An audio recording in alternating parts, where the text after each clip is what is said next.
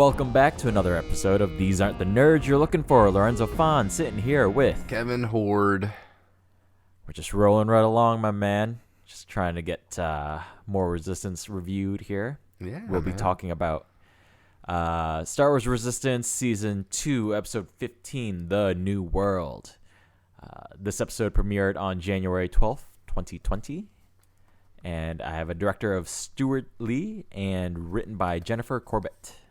Yeah, and then there's also a writing credit for Kiri Hart. It says like additional writing.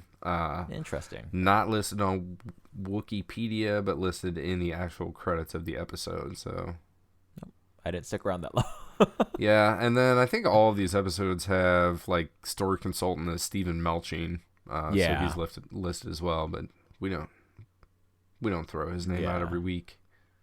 Full writing credits. We just go into that, but we're just following up after last week, the mutiny, moving forward. Yeah, it turns out this one is not about the World Wrestling Entertainment or whatever it is. Not about WWE. Not about finding a space Pocahontas either. Yeah.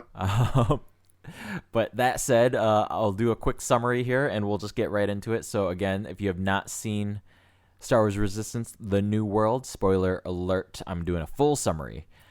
Let's do it. So, the Colossus lands on a planet. Basically, they are trying to settle. They found a planet that looks pretty good. It's in the Outer Rim territories. It'll give the Colossus a chance to hopefully find a new permanent home, but of course they need to scout it first. So, Doza sends all of the aces out in pairs to scout. Griff and Kaz get paired up, and they fly over what appears to be an abandoned settlement of some sort. They land, they check it out. It definitely seems abandoned, but very quickly Griff gets separated from Kaz. Kaz continues to try to find Griff. Does come upon that there used to be a rebel base hidden underneath there, so there's all sorts of equipment. But there is evidence that First Order was recently there, and that it appears that the First Order was there because they were just checking up on old rebel bases, destroying all of them so that they couldn't be used by the Resistance, it appears. Kaz himself does get captured by some natives of the planet. They don't seem to speak any sort of galactic basic at all. There is a lot of just clicking and grunting and sort of other noises happening. Kaz is put in a cell next to Griff. They have some chats back and forth about trying to get out of there. We do cut back to the Colossus from time to time. The other aces all return, but Yeager does bring up to Doza that everybody has checked in except for Griff and Kaz. They are unable to communicate with them. So there are questions of what to do, but then at some point on their story timeline, some other natives show up and start attacking them. The battle droids come in to help, but Yeager has a strong do not engage command, but it's hard to do as they're trying to defend themselves, of course. Back to Kaz and Griff, they do end up meeting the queen of this settlement, who does speak Galactic Basic. Kaz keeps trying to ensure her that they are the good guys and that they are only there to help. They were only there to try and settle, so they find their own settlement. They didn't know what was there. The queen seems to just have some bad PTSD of the last folks who were there. The last folks being First Order, as there is some confusion with what Griff is wearing, appearing similar to First Order markings, and therefore these must be more people working for First Order. Kaz, however, does eventually convince the Queen that they are there to help, as he escapes to help some of the sick that he comes across. The Queen is then convinced and turned by this action, and so they all return back to the Colossus, where those natives that went to Colossus first are still trying to break their way into Colossus, But then the queen calls them off, and then peace is called, and the queen offers sanctuary to the Colossus, as they all understand that they are trying to run from the same thing. There is a little moment towards the end, however, as Kaz is talking to Yeager, discussing how they can't stay there forever. Like, the First Order will eventually find them. They were aware of this planet from before, and that they can't sit on the sidelines and let everybody else fight for them. So from there, we cue fanfare. Cue fanfare. Yeah. So, where do you want to start with this one, sir? What do you have down as the name of this planet? I didn't hear anything. So nothing was mentioned. Actually, no. Asos is what I heard. Yes. But it's spelled A-E-O-S, like Aos. Yeah. So, I don't know. So yeah, so Asus Prime? Yeah. Right? Is that what we got? Yep. And then the species on the planet are not given a name. They're called fish multiple times. But they're not real fish-like? Not really. That was an odd description. That was an odd description to me. They're at worst kind of like Abe Sapien from Hellboy. Yeah, but not right? even that like fish-like. Yeah, not even that fishy. Like, they don't appear to have gills or anything. They don't seem to be, like any of the Mon Calamarians even. You know, they don't seem to have webbed appendages. Yeah, like they seem like easily navigatable on land. So yeah. They do seem terrestrial. Yeah. Especially because, like, their main village that Kaz and Griff come upon is on land. There is a lot of water on this planet, but they do seem to inhabit land dwellings. They have prisons on land. You know, they're in caves. Mm-hmm. But, yeah, being called they fish definitely people. They definitely seem more terrestrial than aquatic, and the description of they don't even call them like fish like people, they just call them fish, which seems odd. I agree. For an update on this planet, the primary terrain is islands and the surface water is described as oceans. So there you have it. We have the island ocean planet of Asos. Colossus really likes being around water, it appears, I guess. Like, yeah, I don't understand. I feel like the shape of the Colossus changed from when it was a platform to when it was a spaceship. Anyway. Oh, yeah, for sure. So, yeah. I'm going to jump straight into the timeline of this episode because we were talking about it last week, that it was like ambiguous amount of time before the Battle of Exegol. This one is described as being between 34 and 35 ABY. Not sure how you can be between 2 years. Like, it happened between 2019 and 2020. I guess maybe they're saying more. It's like an overlap, or like it's around that time. It just seems odd that they're dropping like 2 different years. Well, my understanding still is like the events of sequel trilogy aren't quite hard set in relation to original trilogy. Okay. That's my understanding. Like, there's no like hard evidence as like, oh yeah, this takes place exactly 34 years after A New Hope, right? That's my understanding. Like, wouldn't you be able to lock that down with the age of Kylo Ren though? Because Kylo Ren was born 1 year after the destruction of the second Death Star. Again, is that an exact figure? Like, is it 12 months to the day? I think that he was born like on the anniversary of the 1 year anniversary of the destruction of the second Death Star. Okay, but then do we have evidence for his age in the sequel trilogy? I do not from the movies, but from supplementary material, I would imagine so. but I have not looked into that. Right, exactly. So I think it's just so weird to me because like the only thing placing this stuff in time is somebody saying this is when it happened. So for it to be like oddly ambiguous, like between 34 and 35, like ABY in the current era of this is when things are being made, and nobody can decide like when it happened, that just seems really weird to me.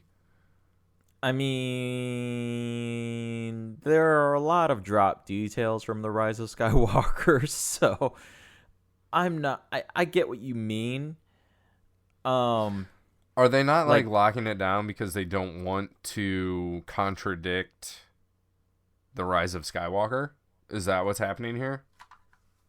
No, I think they just don't know when Rise of Skywalker takes place, maybe. Okay. Like, it's anywhere between 34 to 35 years after the Battle of Yavin. Like, it's more of a vagary. It's like, oh, like, you know, thinking back, like, I think I was like 12 or 13 years old. You know, it's like that sort of phrasing, right? So, it's, I think, just a lack of information. I think it's happening near the end of the year, so it's unclear as to whether it happened at the end of one year or the beginning of another. Again, it's the only reason that bothers me is because like there is no known calendar system in this, so like for you to phrase it like that also just like I don't know what that means, you know? Like there's an anniversary date of when the Battle of Yavin was, so it's like approaching that time. And it's like real close, like around the time of when the anniversary of the Battle of Yavin would have been, would be my guess. Yes. I don't know. I mean, well, yeah. So Pablo Hidalgo has like a new calendar system anyway that is centered around the destruction of Starkiller Base, because he views that as being a more impactful date. Seen as like all of Hosnian Prime was blown up as opposed to just Alderaan and the first Death Star that nobody knew about anyway. Right.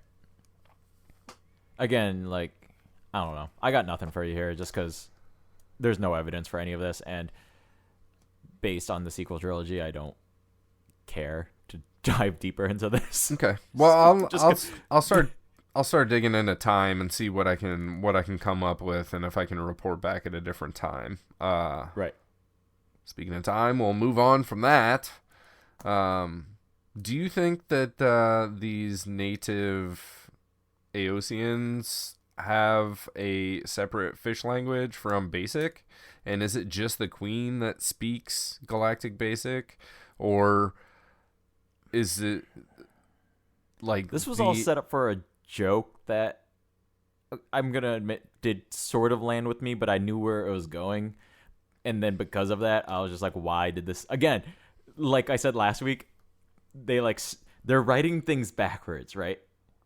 They see a joke and then they write the setup, but I don't know. The joke you're talking about is when Kaz is trying to talk to the Queen. He's being explicitly drawn out and articulate and pantomiming, and she's like, why do you talk like that? Is there something wrong with you?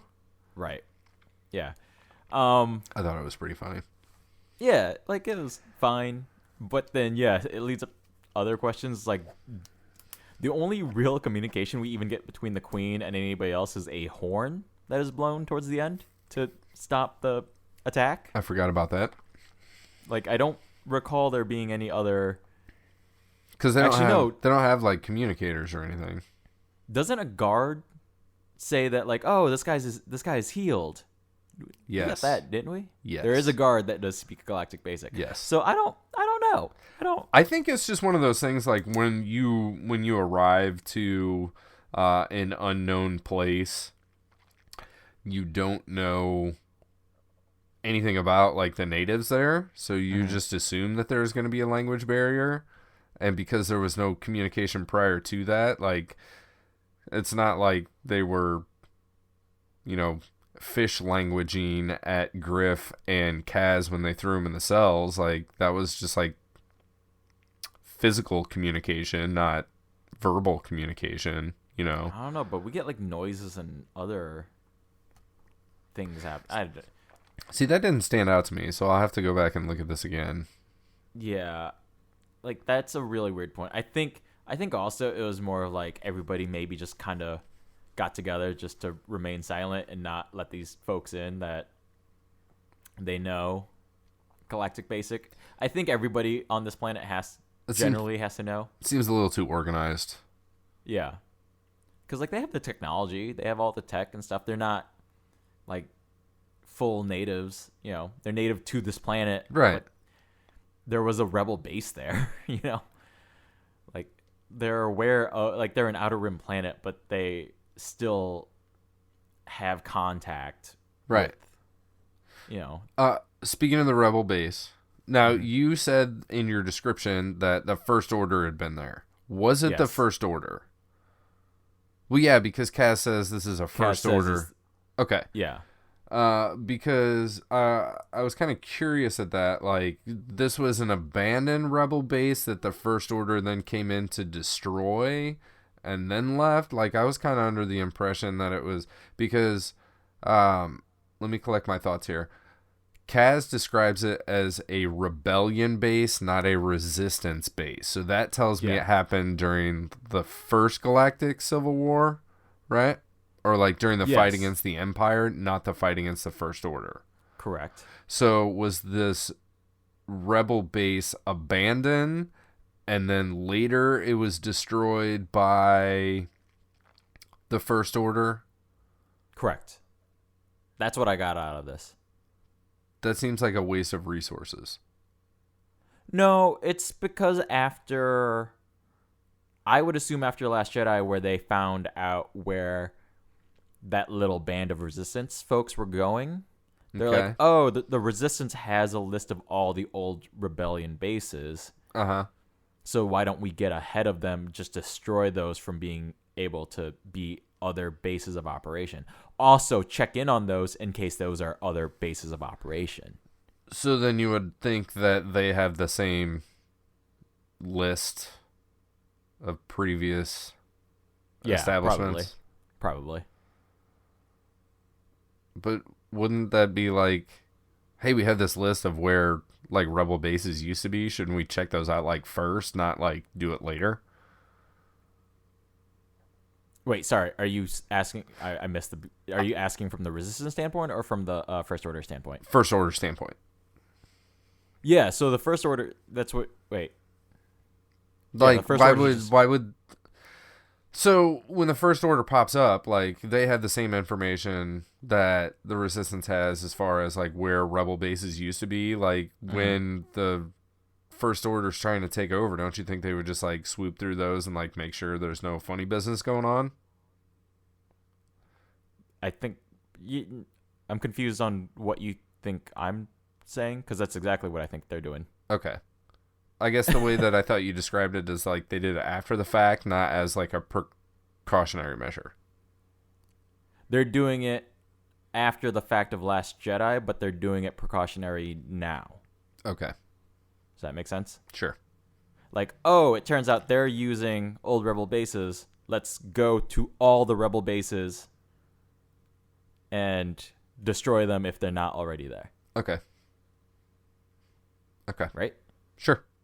Okay. I did like how Griff, I'm going to just move forward from that so we don't get stuck on it. Because I'm so confused. Yeah. I did like how Griff said, you know, they're essentially like, oh, if they're anything like the Empire, like they're never really gone. Like there's potentially somebody just chilling here, making sure nobody shows up later, or they could have probe droids or whatever, you know, like there's probably monitoring going on here. So it's a good bet that if the First Order doesn't know we're here yet, they will soon. And I did also enjoy in this episode, like, getting to know Griff a little bit more.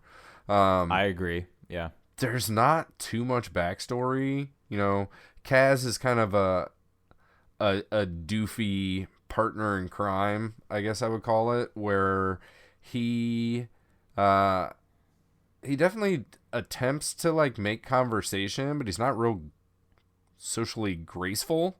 No. And Griff seems pretty reserved anyway, but their interaction in this episode does give us a little bit of info from Griff, and that's like, yeah, he used to be a pilot in the Empire, and how he got out was that Doza was actually his commanding officer, and Doza basically knew they were on a sinking ship on the wrong side of the battle, and that Griff describes the Empire as being not worth fighting for anymore, and Doza gave him a chance, like, hey, you can either leave now or you can go down with the Empire. Do you think Doza gave that same deal to, like, everybody that was under him? He probably gave it to people that he knew would see his way. Okay. Like, I think in that situation, there are going to be some, like, hardcore Empire fanatics. Mm-hmm. You don't try and reach out to them, You let them be in their merry way. Like, you maybe try and talk some sense into it, but... It just seems like the Empire would have, like, a redundancy of officers so that if there were people that would potentially question whether or not the Empire was worth fighting for anymore, those individuals would be sussed out pretty quickly. So for Doza to be a turncoat and then be able to communicate to other potential turncoats, or not even turncoats, like abandoners, defectors, yeah, whatever you want to call them. It just depends on when this was happening. Maybe it was happening towards, like, Return of the Jedi era, when shit was already falling apart, or maybe it was after. Yeah, it could have been after. Do we have any? Yeah, we do not have an inclination of the time frame. The details are sparse still. It seems as though it happened before the fall of the Empire, so I would say pre-Return of the Jedi, but who knows? Yeah. At what time period? It was probably between 5 and 6 ABY. ABY, yeah, somewhere between AB6 and somewhere in that range. I mean, this is going back to, like, that really, really, really, really, really stupid reveal of the uniform in his closet. That went nowhere. That went literally nowhere. Like it. That should have been in the middle of an episode as the lead into this backstory, but instead it was, like, a reveal that was so unnecessary. That was, like, episode 3 of season 1, something like that. Right. And, like, just hearing it here, it's just, like, it builds on Doza's character instead of adding to this mystery that, like, was not necessary at all. Yeah. That was not needed to be part of this show. But I do appreciate getting it here. I do like hearing it from Griff. I really like Griff a lot. He's really fun in this episode. Mm-hmm. I agree with you. I don't think that we necessarily needed the connection with Griff and Doza. But I liked it nonetheless. Yeah. Okay. I liked basically Griff, saying, I realized the Empire wasn't worth fighting for. Like, that's what made him leave. It wasn't that the things that they were doing were unscrupulous or unethical or whatever, but it was literally like the fight that he was fighting wasn't worth it anymore. Like, something, right. In this instance, it's Doza that kind of planted that seed of doubt, perhaps, but the fact that, like, he realized that it wasn't worth it anymore, or it wasn't the same fight as it was in the beginning, and, like, that's why he left. It's interesting that he still has, like, the Empire tattoos. like the Imperial cog. Yeah.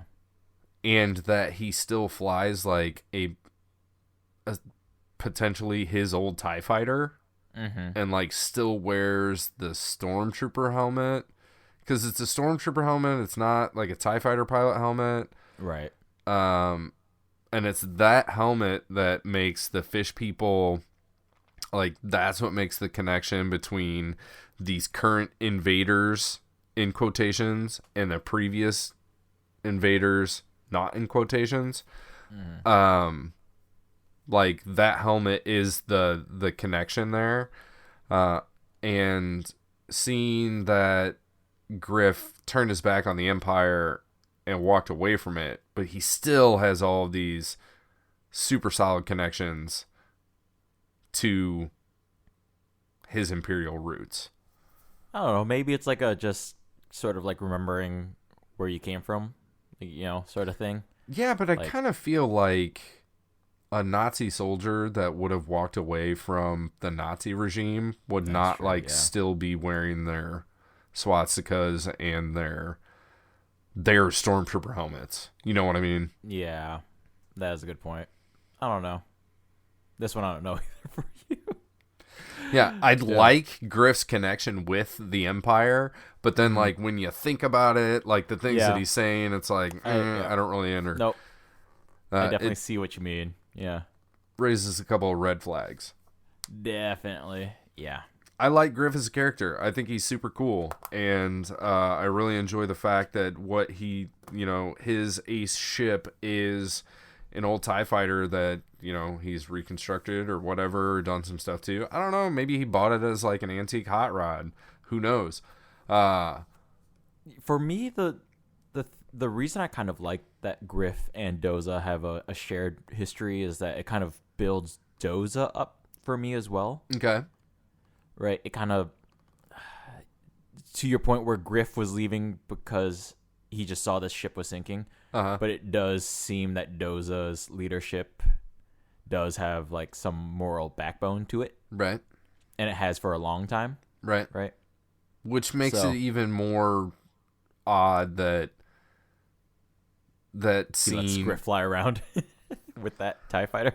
No, I was going back to like the uniform thing, because when that happens, it's like, oh shit, like he was part of the Empire, and it's presented in a way that like you think that he's going to, like, that's an influence of his current politics, Right.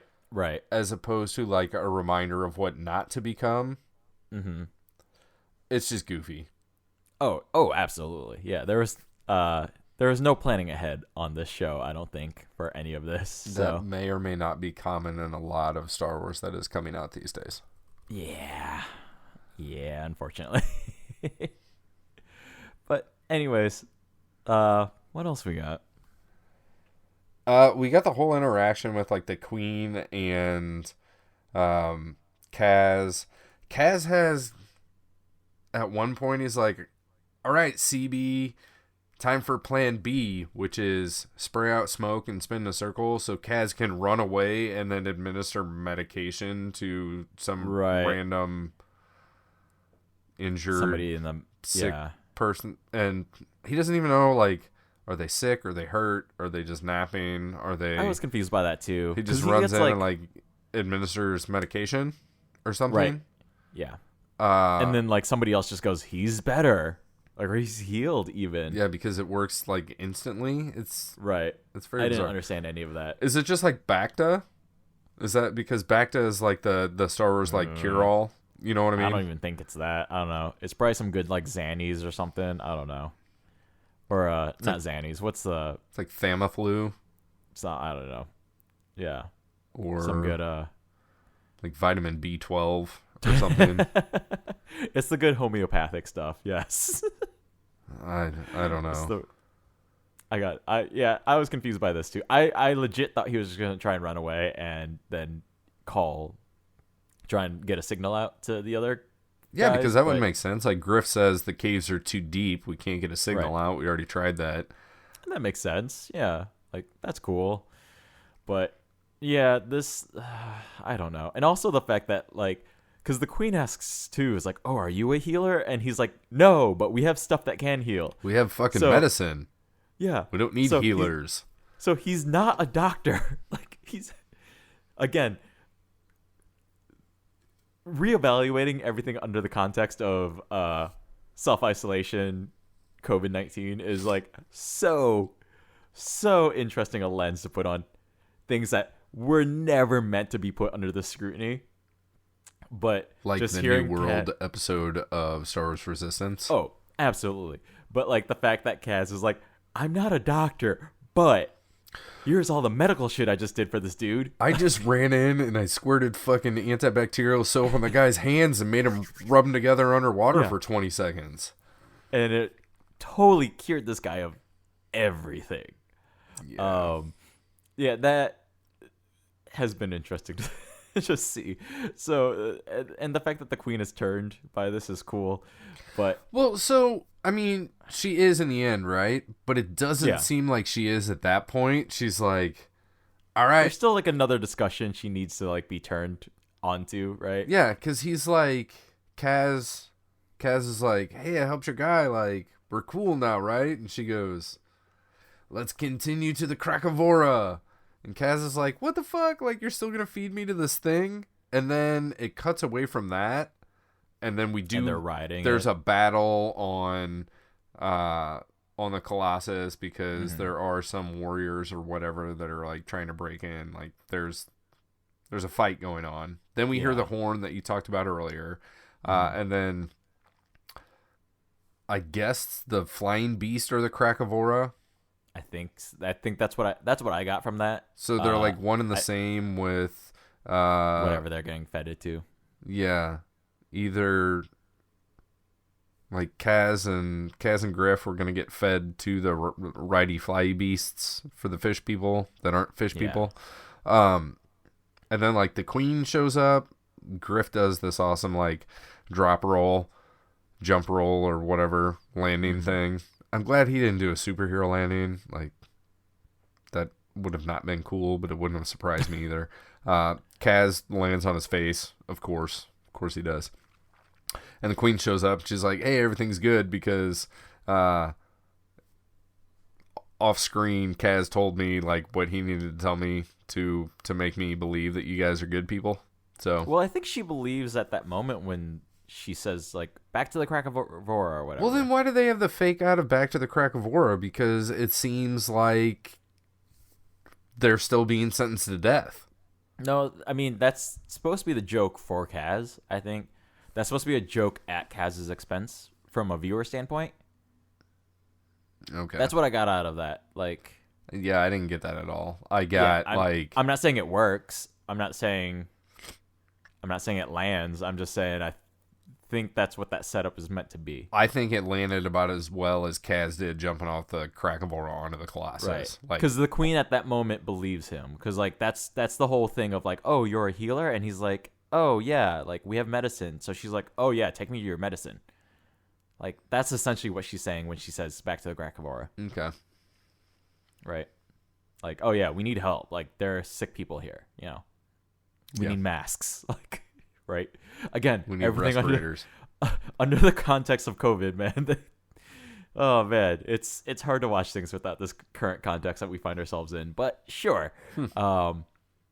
Should we anything else major before we start heading to our final review? I don't think so, man. This one's pretty straightforward. Yeah. It's like Colossus finds planet. There are existing people that don't trust Colossus inhabitants. Oh yeah, Kaz, I mean, this is a story we've seen. Into oh yeah. Okay, peace. So one question for you: are we gonna see these people ever again? Are we gonna see this queen ever again? Based on the fact that she's like, yeah, you guys can stay here, and the plan is for the Colossus to stay where it is, I would say yes. But like, okay, are you asking me because I have seen the future of the show? No. Okay. Back to like the question I had with the pirates: will this be significant in any way? Like, you have seen through the end, I have not. Mm-hmm. But if you were just to take this episode, where we are. Episode 15, season 2. Right. I'm with you. Right. Like, I get okay. So unlike does the last evidence week's of the episode, show tell me that this is going to be a like a consequential episode? Yeah. I think that the premise is that this is providing a new home for the Colossus. Therefore, yes, I do believe that there will be future interaction in what's going on the planet right now. I will say, like, the fact that they land on this planet seems very consequential. But yes. then... And I will also bring up the fact that Griff, I will say this again, Griff says, if they're like the Empire, the First Order is not really gone, we're going to get found out. So this tells me that there could be further complications with the natives because the Colossus is there. Okay. Based on the information in this episode. That is... Okay, yeah, that's a good point you bring back up there. I remembered and then forgot about that. Right. But, again, with the timeline of where we are, again, that question of, like, where are we? And the last episode was described as being a short time before Exegol. Like, I'm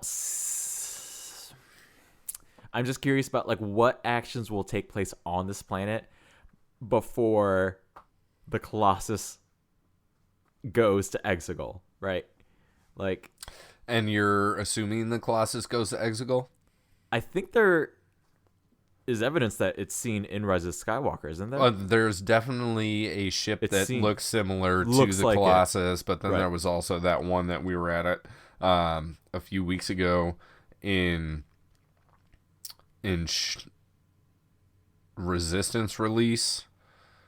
I just remember when Tam and oh, right.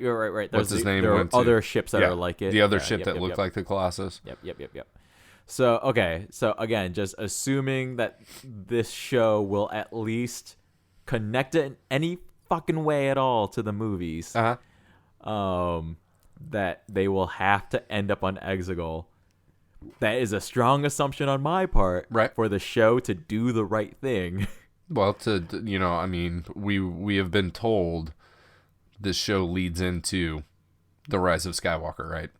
Right. I'm not making that up. Like, that is a thing that happened. That was mentioned, I believe, at Celebration last year. Yeah. All right. That this will lead into it, and that's why the show is ending, because there's only so much story left to tell here, which is fine. Right. That's definitely fine. But then when you deliver a season 2 that has plenty of other stories being told that have nothing to do with Rise of Skywalker, then sure. But anyways, that was just kind of my last roundabout thing here. Just seeing whether or not it matters. One last piece of context before we go into the final evaluation of this episode. I mean, I think that's a completely relevant question for you to bring up, or comment for you to bring up, because we have had so much of season 2 was like go and meet the bird people on the earthquake planet with the fucking demon dragon monster. I've already forgotten about that episode. Yep. We get some fuel, we leave. Giant space stingray thing. Yeah. Yep. The only relevance there is that the next episode they eat it. Yeah. We can eat it, so let's go kill it. You know. I totally get it. So where do non-fish people like fall on this on this spectrum of whether or not things are important only for this episode or for the overall story arc with just 3 episodes left to go? Yeah, like just general investment into this show, right? So again, I think last week I judged the mutiny under kind of the context that we had been away from the show for 2 months. Right. And I did not have a sense that I was missing much based on that episode. Okay. Right? So how are you feeling this week? I will say at the very least the idea that the story, the overarching story that they need to find a place to settle because there's only so long they can just keep running.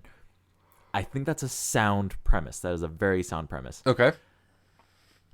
Again, the execution of this episode kind of just falls apart for me. Okay. Right. Man, I went from okay to okay. By no means this is a bad episode, right?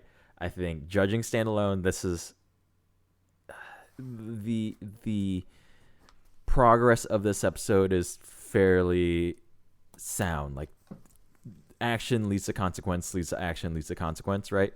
I think I didn't need to see what was happening at the Colossus. I think if this was a Kaz specific episode and we were just every step with him, like along Kaz the way, and Griff, buddy cop, but like planet side, just planet side. He gets captured. How is Kaz gonna get out of this? The fact that we kind of keep cutting back to the Colossus kind of gives me like this false hope that they will rescue them in some way. The Colossus will rescue Kaz, or Kaz will rescue the that Kaz will or that the Colossus will figure their shit out, and then work shit out for Kaz, right? Yeah, I totally get that. Like it's I view it a little bit differently, but it's odd because like Yeager and Niku and is it Tam? No, it's not Tam. No, definitely not Tam. Tora, yep. Okay. That's what I was thinking. Yeah. So it's the three of them, and they're like barricaded in this hallway, and these fish people warriors are like prying the door open. Yeah. And then we cut back down to the planet, and there's a whole bunch of shit that happens. Like, Kaz and Griff are locked up in prison, and then they get taken out, and then there's the plan B, and then they're also taken before the queen, and then this guy miraculously heals because of the vitamin B12 pills. Yeah. And rubber gloves that Kaz gives. And then when we cut back to the Colossus, it's like instantaneous, like the same time immediately after the last thing that we saw on the Colossus.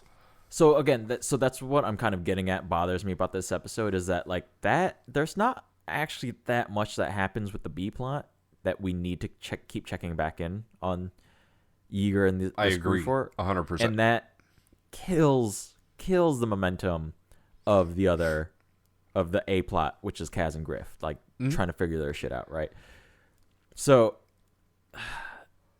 overall, again, I'm just giving this episode a thumbs down just because in watching it, again, like last week, didn't take notes, just watched it pure. I just emotionally just didn't feel connected to anything that was happening on screen, right? Yeah. Like, nothing pulled me in. So it's not a thumbs down, this is a bad episode. It's a thumbs down, I could not recommend this episode to anybody else.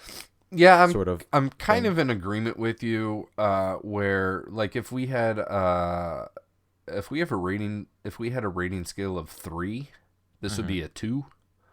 But seeing as we have a binary rating scale, I think this is above a 50%. It's somewhere in the 50s to low 60s for sure. Right.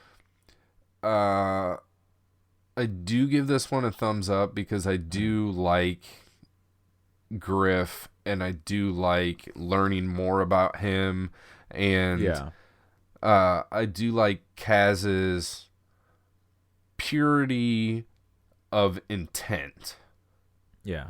Right? Like, he has grown so much as a character. Like, he came into this thing starry-eyed, like, ooh, I'm gonna be a spy, and like that's what he was attached to, was like the definition of his expectation of what he was going to do.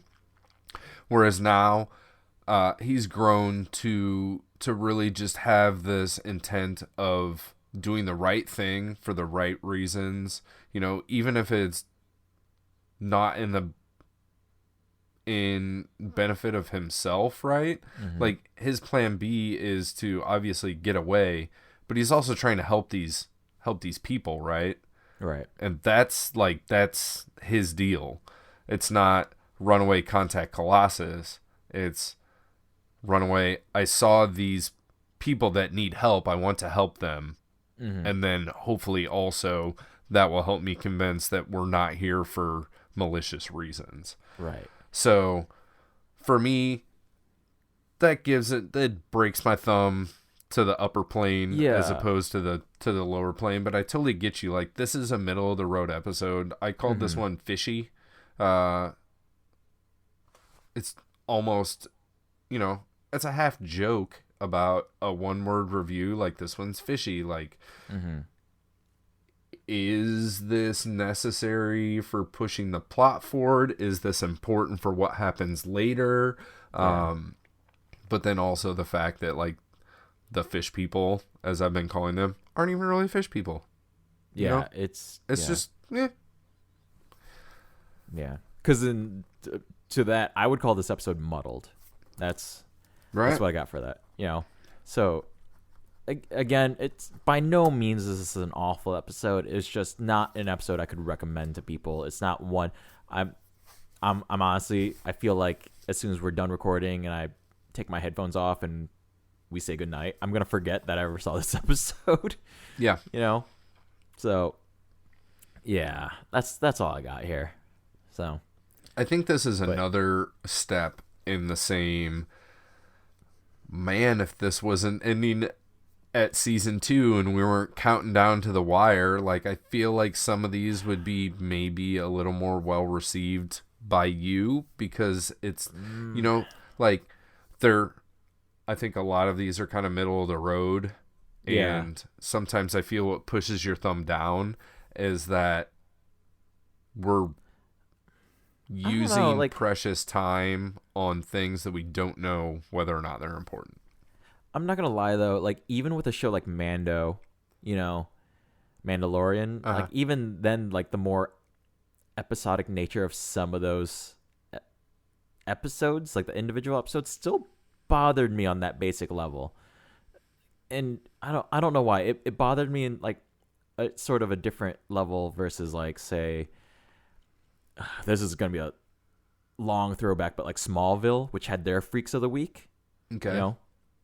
At least that show was open about that, right? Okay. It was open about that approach of, like, oh, thing happens with random person and kryptonite turns them into monster.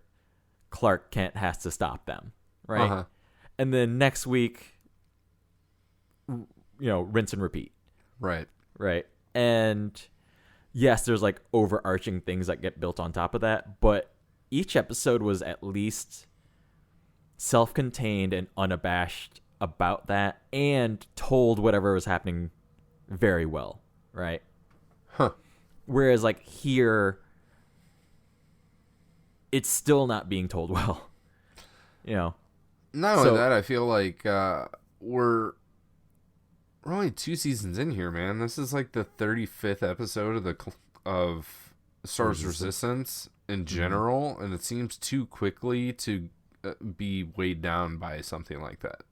Right, and, like, they're still, like, they can't figure out the tone, they can't figure out the footing. The plot just takes, like, weird turns unexpectedly. Like, the last episode, we had so many questions, like, did Sonara see the droids? Because it's an open box that was right in front of her. Right? It's, like, weird shit like that. Did Doza and Yeager actually have a plan sending Nico in? Right. This episode less so than that, but it's really weird that I don't think having the show be open-ended would have fixed my approach to those sorts of deals. I think I would be more lenient about the time bomb that we're under for this show, right? Right. But I think I would that shit would still bother me all the same, So, yeah. But yeah, because the fact that, like, I really had that criticism with Mandalorian, we haven't talked too much about that, but we will in the future. You and I have not had a full discussion on that, just basic reactions. But yeah, we'll get to that. We're gonna have a lot of time in the next few weeks, I think. So. Yeah, we'll see. Yeah, but anyways, so anything else you gotta say before we head on? I don't think so, man. I think that's all I've got for this one. Bring us home, Kevin. It's an episode. Home. It's somewhere in the middle, and we'll move on from that. Next week, we've got No Place Safe. Doesn't really bode well for our current situations, but we'll see what that brings in the world of Star Wars Resistance. Before we cut out of here, who do we usually think? Yeah, we got 3 shouts out that we normally do, and that's at They Call Me K-Dub on Twitter. It's my buddy Kevin that put together our hero pose, and then Lindsay at strangefantasymusic@gmail.com was kind enough to do our intro outro music, right? And then Anthony at Blue the Beard on Twitter also is the guy that put together our website, which is notthenerds.com. You can head on over there to kind of find any way you need to interact with us. So again, next week is No Safe Place, and until then, I've been Kevin. Lorenzo Fawn here. These aren't the nerds you're looking for. Bye-bye.